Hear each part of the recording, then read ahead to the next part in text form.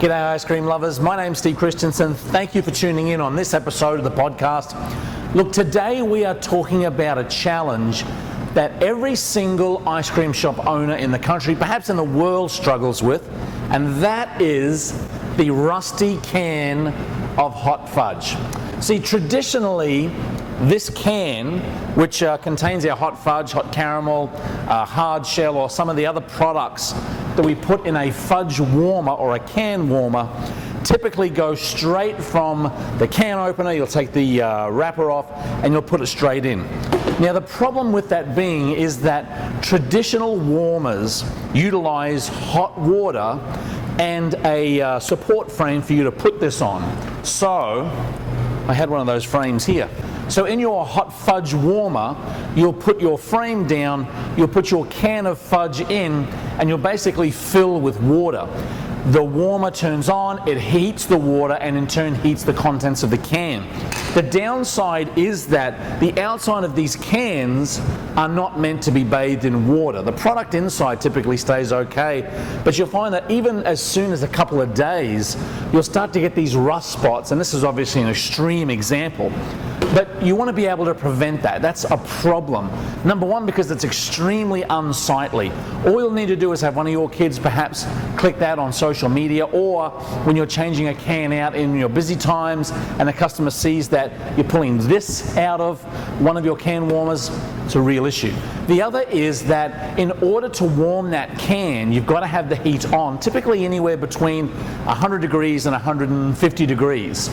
The water actually evaporates during the process, and so a lot of times you'll get this kind of burning smell in the store, and you realize that you haven't changed the water, and so you've basically cooked the bottom of your fudge, and this is then rendered useless. So is there an alternative? Well, the good people at No Water Bath, Billy and the crew there, sent me some of these silicone pads. They're actually a thermal pad to utilize instead of the water. And I tell you, we have been utilizing one of these pans for 6 months in the same warmer. It's unbelievable. So this is how it works. You basically take this and put this in the bottom of your warmer instead of water and instead of that Y frame. So you take the Y frame out, you pour the water out, and then you simply place one of these heating pads or warming pads in the bottom of the warmer. Make sure it's centralized.